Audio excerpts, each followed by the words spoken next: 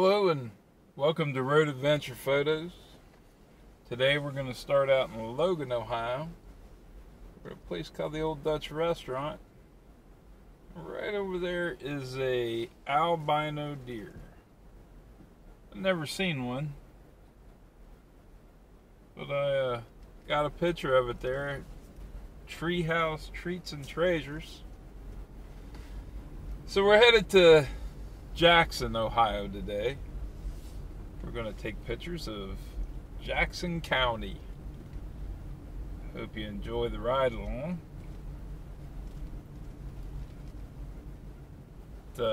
I'll get my act together and we'll get on the road. The first stop is the Covered Bridge in Hampton County. It's a remnant from the old days, and I'm surprised it survived so long as it has. It's under a little bit of disrepair, but still worthy of a photograph.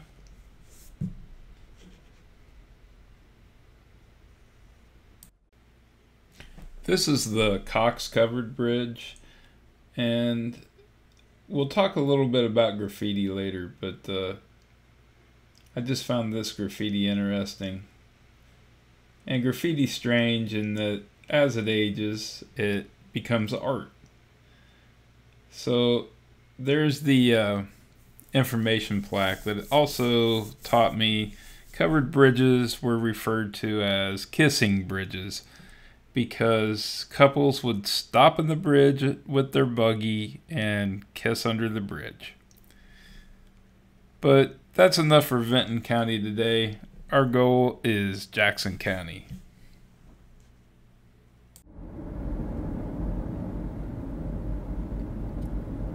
This is the Hampton Corporation limit.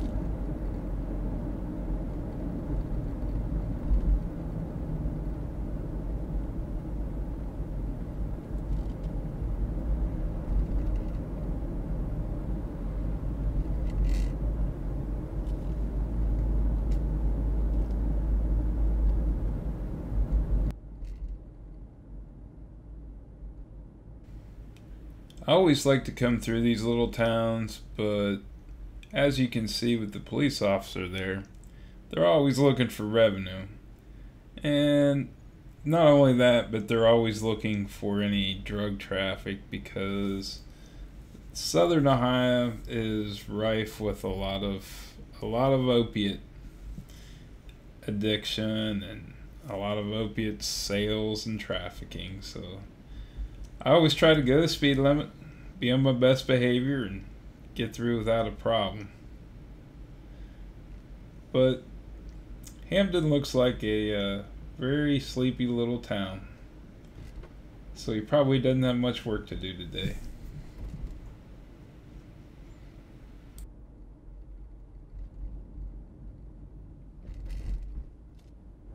This will be the town of Wellston. Founded in 1873 as an iron and coal producer. Certainly patriotic. Harvey Wells, the founder of Wellston.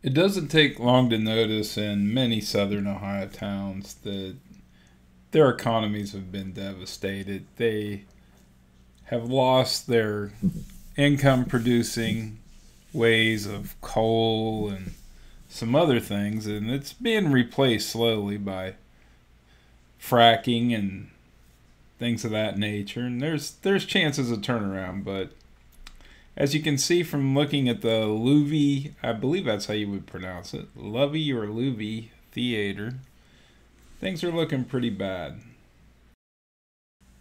And while some of it is run down and dilapidated, it's got an interesting charm all the same that make for some great photos. And as they age and they're restored or replaced, I hope these photos serve some sort of purpose in documenting how things were in 2020.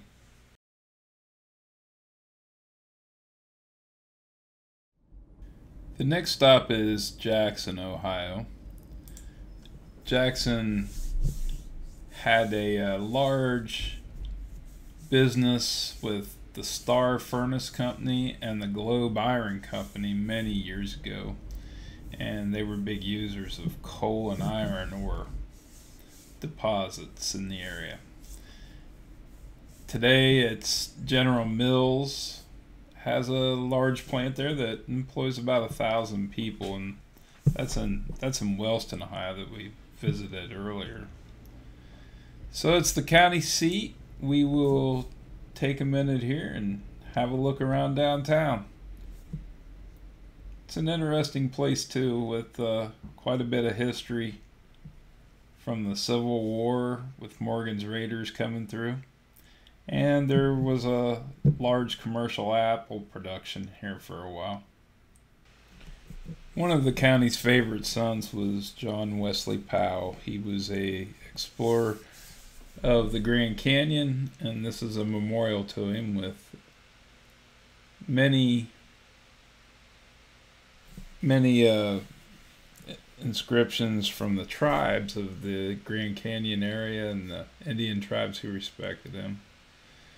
As you can see, there's some rundown places in Jackson that probably will be addressed in the near future as they're becoming a hazard. And their old theater still stands. It's closed at the current time for the quarantine. This is the Jackson County Courthouse with a statue of James Rhodes right outside of it.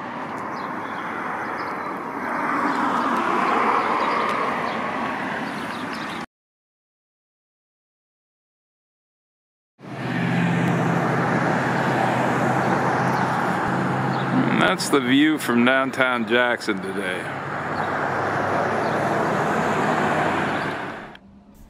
And as I make my way down to Cooper Hollow, spring weather has hit Ohio and the road is flooded out. I have to take quite a detour to get down to it. It'll be worth the trip, as you'll see in the pictures. Cooper Hollow was pretty much a swamp the day I was there. There's a flowing creek that goes through it, a lot of good fish in there in the little lake area. There's a historic iron furnace, and it's just a serene, nice place to relax.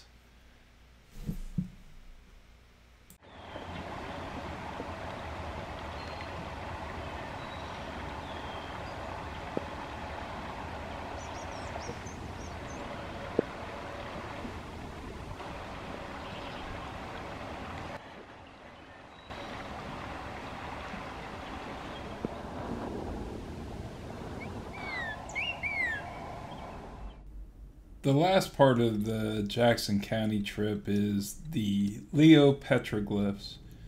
They're rock carvings or petroglyphs that are over 1,000 years old. The ancient Indians had carved them. One looks like a man with antlers on his head and bird feet. Another looks like a fish. Those were the only ones I could really make out. And to try to interpret what they mean is kind of difficult. Nobody's really figured out if they were something meaningless and just play, or a message they wanted to send to the future. Nobody knows, so we can only guess. And I just found it really cool that something that ancient was still around. Of course, it's been vandalized, but you can still see what it should have been. And kind of a funny thing to this is I thought that the petroglyphs would be on the cliff walls, and they weren't. They're underneath that shelter you see right to the right there.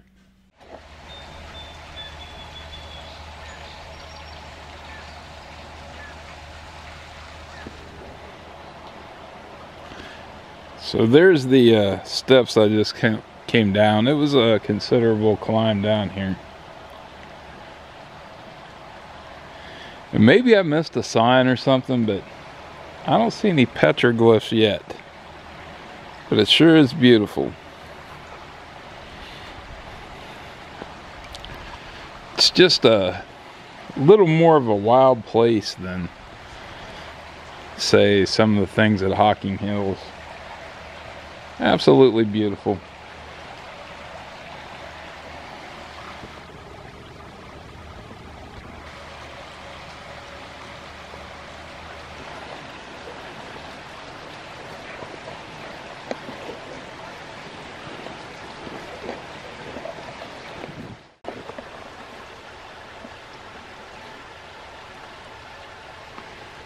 It's pretty wild how it's like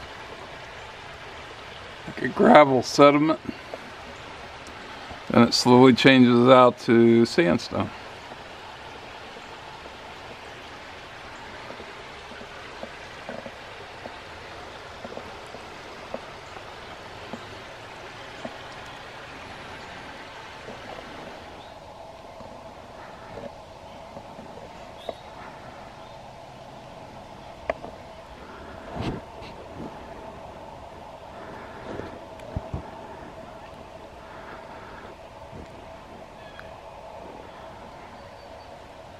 We've come a long way since we were down there.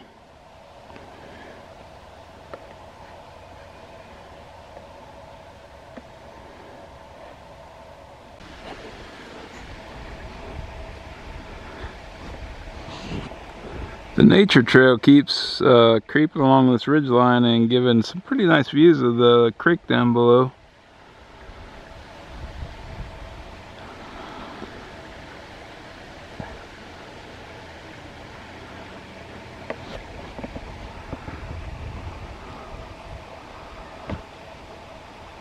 Onward.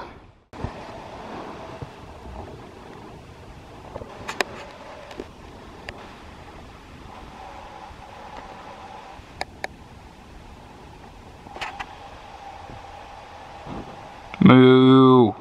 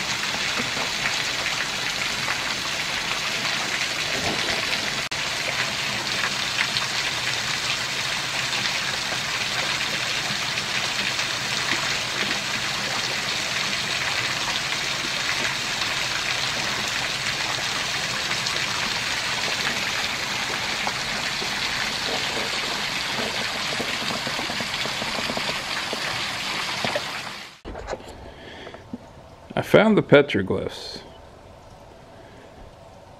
They're underneath this shelter, right as you come in. So there's no need to walk the trail if you just want to see the petroglyphs. So there's one right here. And then when we zoom in on it, it's right there. That's the one they claim to be the most interesting. It's a human face with deer antlers and bird's feet. I think maybe a beaver tail.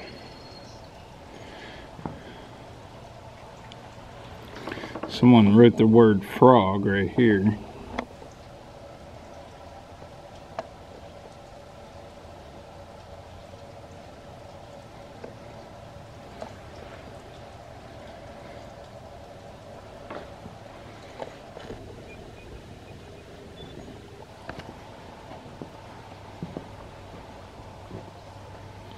I think we have some more information plaques over here.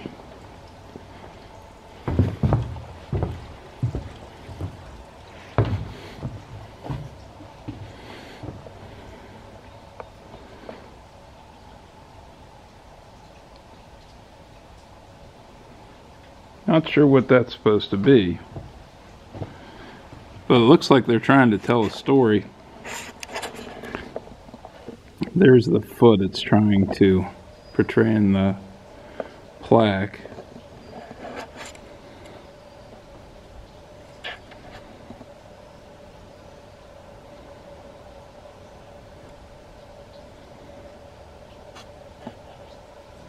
It's really interesting that these are in Ohio.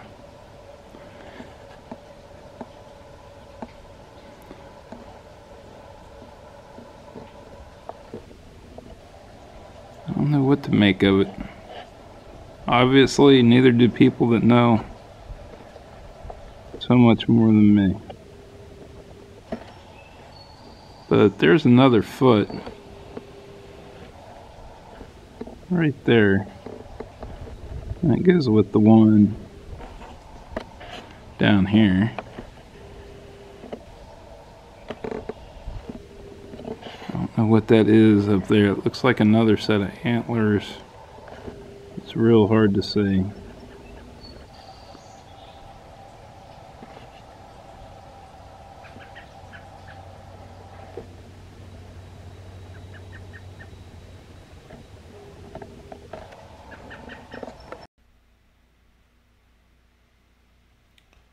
I'll go ahead and close out with some photos from the Leo Petroglyph area.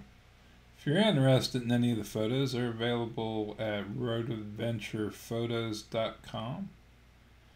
I hope you enjoyed the show, and I thank you for watching.